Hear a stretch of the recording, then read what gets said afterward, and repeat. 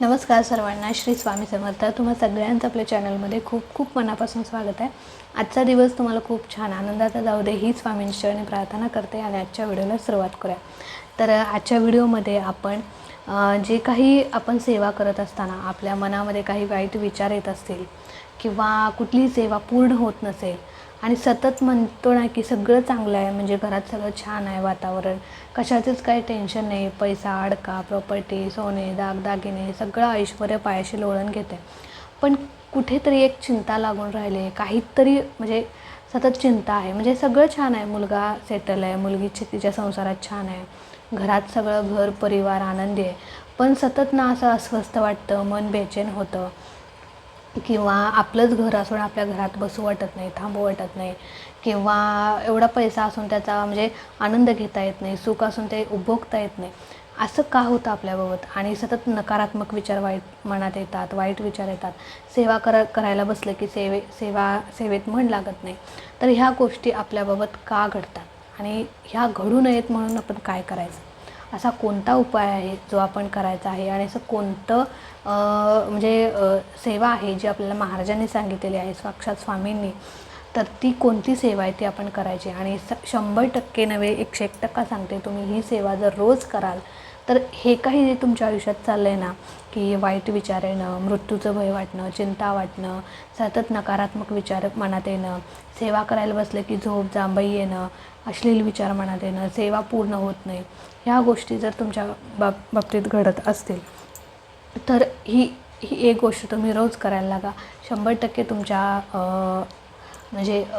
वागण्यात बोलण्यात किंवा तुमच्या म्हणजे जे काही चाललं आहे आता आयुष्यात दुःख ते दूर होईल आणि नक्की तुमचं आयुष्यात आनंद येईल, लक्षात घ्या. तर आता काय करायचं बघा, सगळ्यात पहिले आपल्याला औदुंबर वृक्ष माहिती आहे, ज्याच्या खाली साक्षात दत्त महाराज आणि 64 योगिनींचा वास असतो.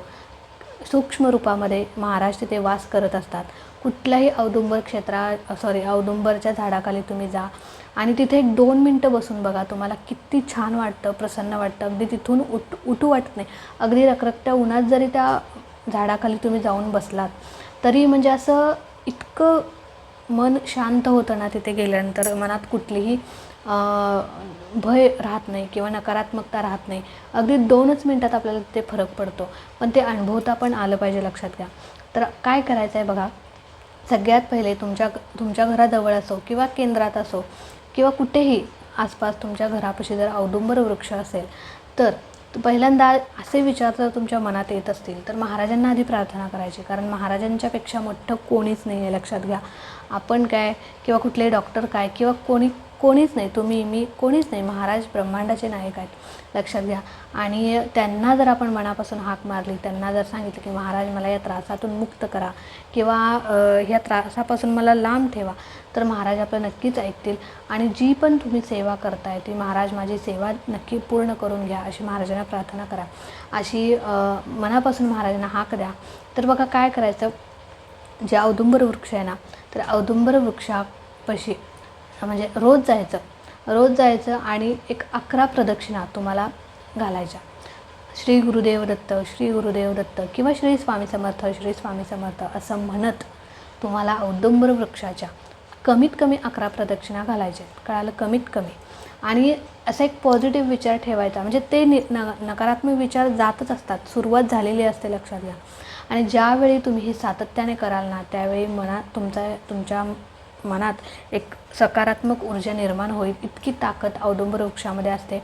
औदुंबर वृक्षाखाली सूक्ष्म रूपामध्ये साक्षात दत्त महाराज वास करतात आणि जे काही आपल्यावरती भूतबाधा, प्रेतबाधा किंवा करणीबाधा, वाईट नजर, ह्या ज्या काही गोष्टी आपल्यासोबत झालेल्या आहेत, ज्याच्यामुळे ह्या त्रास आपल्याला होतो, त्या हळूहळू ह्या सगळ्या गोष्टी ज्या आहेत त्या दत्त महाराजांना घाबरत असतात, लक्षात घ्या. दत्त महाराजांना म्हणजे ह्या गोष्टींपासून दत्त महाराज आपल्याला संरक्षण करत असतात.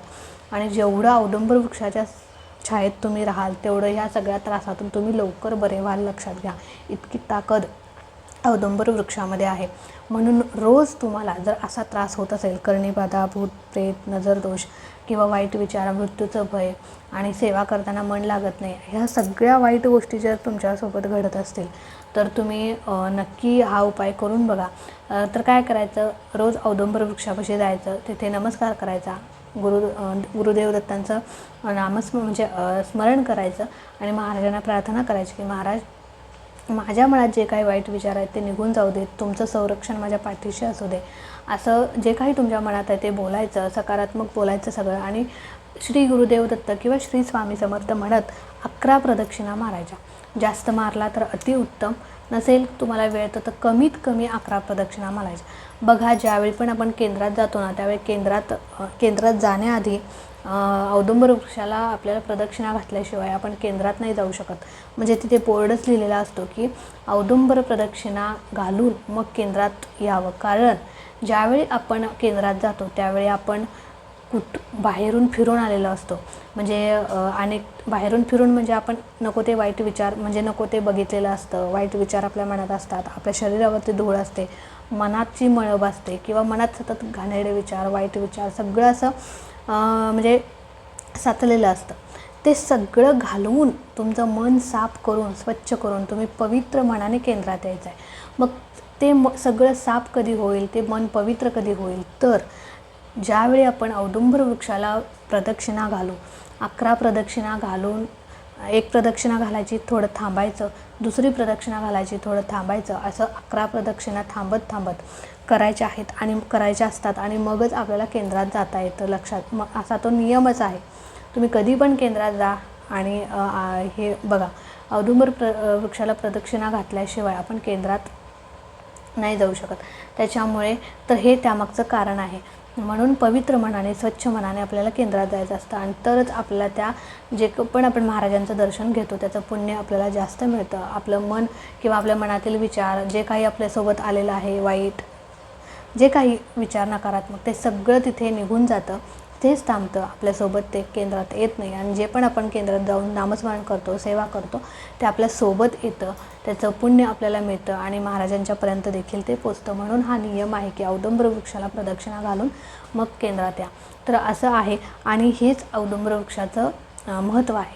म्हणून जर तुमच्या बाबतीत असं घडत असेल तर हा उपाय तुम्ही रोज करा. किमान 21 दिवस करा. 21 दिवसाच्या आत तुमच्या म्हणजे जे काही चाललं आहे तुमच्या आयुष्यात ते 100% त्यात बदल होईल आणि सकारात्मक ऊर्जा तुमच्या मनात म्हणजे भरेल आणि जे काही वाईट विचार, निगेटिव्ह विचार आहे ते सगळे निघून जातील. आता हा उपाय तुम्हाला करायचा आहे आणि त्याच्यानंतर रोज तुम्हाला एकदा तारक मंत्र म्हणायचा आहे. आता 11 वेळेस म्हणा, एकदा म्हणण्यापेक्षा ना 11 वेळेस म्हणा. एक ग्लासभर पाणी घ्यायचं आणि जर तुम्हाला भय वाटत असेल, मृत्यूचं भय किंवा एक अदृश्य शक्ती आपल्यासोबत आहे किंवा वाईट शक्ती आपल्यासोबत आहे किंवा सतत असं भीती वाटते, कोणीतरी आपला पाठलाग करते किंवा नजर दोष, भूत प्रेत असं काही बाधा तुम्हाला झालेली असेल, तर रोज 1 ग्लास पाणी घ्यायचं. त्याच्यावरती तुमचे ही 3 बोटे आहेत ना, ही 3 बोटे ही 3 बोटे आहेत ना, ही 3 बोटे त्या पाण्यात बुडवायची आणि 11 वेळेस तारक मंत्र म्हणायचा. कळालं? तर 11 वेळेसच म्हणायचा. ताई 1 वेळा म्हणू का, 2 वेळा म्हणू का? नाही. तुम्हाला जर या त्रासातून मुक्त व्हायचं असेल, कायमचं मुक्त व्हायचं असेल, तर सेवा पण तेवढं मनापासून करणं गरजेचं आहे. कळालं? तर 3 बोटे त्या पाण्यात बुडवायची किंवा असा हात ग्लासवर ठेवायचा.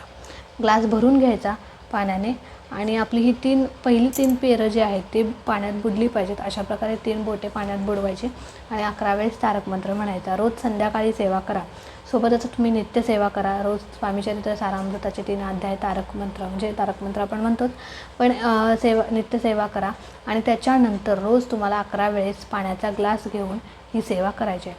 आता ही सेवा केल्याने काय होतं, तर ही सेवा केल्याने जे आपण पाणी घेतलेलं आहे ते सेवा केल्यानंतर ते पाणी राहत नाही, ते तीर्थ बनतं, अतिशय उच्च कोटीचं तीर्थ बनतं. लक्षात घ्या.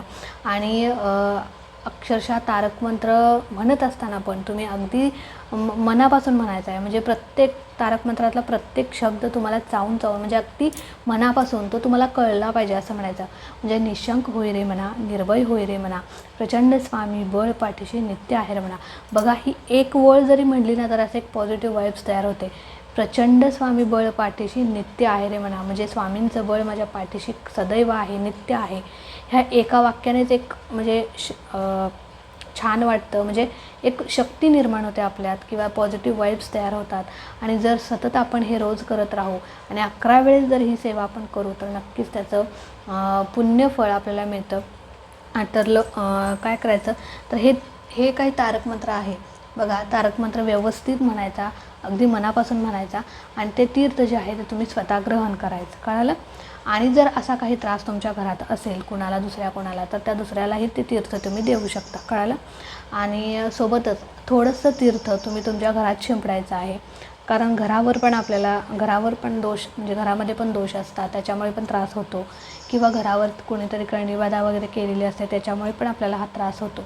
म्हणून रोज सेवा केल्यानंतर, तीर्थ ग्रहण केल्यानंतर थोडंसं तीर्थ प्रत्येक म्हणजे घरातल्या प्रत्येक कोपऱ्यात शिंपडायचं आहे, कळालं. आणि अशा प्रकारे तुम्ही ही सेवा रोज करा, किमान 21 दिवस करा, संकल्पयुक्त करा. संकल्पयुक्त जर तुम्ही 21 दिवस करा, 11 दिवस करा, 51 दिवस करा, 108 दिवस करा, रोज रोज रोज सातत्य ठेवा, विश्वास ठेवा, महाराजांच्या वतीने सेवा करा. नक्की तुम्हाला या त्रासातून महाराज बाहेर काढतील आणि तुमचं आयुष्य सुखी होईल, लक्षात घ्या.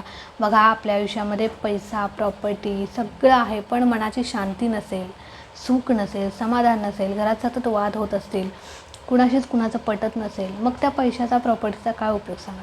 जर मग ते सुखच आपण उपभोगायला मिळत नसेल तर काय उपयोग आहे.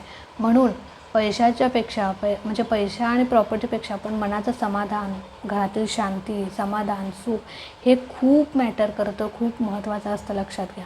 एक वेळ अन्न नसलं तर चालेल, पण घरातली शांतता महत्त्वाची असते, लक्षात घ्या. घरात सुख महत्त्वाचं असतं. म्हणजे मुलं लहान आहेत घरात, ती म्हणजे अजिबात म्हणजे तुमच्या मर्जीने वागत असतील, ते सुद्धा खूप महत्त्वाचं आहे, लक्षात घ्या. तर ह्या म्हणजे सगळ्या गोष्टी तुमच्या मनासारख्या जर घरात होतील तर ते सुद्धा खूप महत्त्वाचं आहे. म्हणून ह्या गोष्टी जर तुम्हाला हव्या असेल, मनाचं समाधान हवं असेल, तर नक्की तुम्ही या तारक मंत्राची सेवा रोज करा आणि रोजच्या रोज औदुंबराची सुद्धा सेवा करा.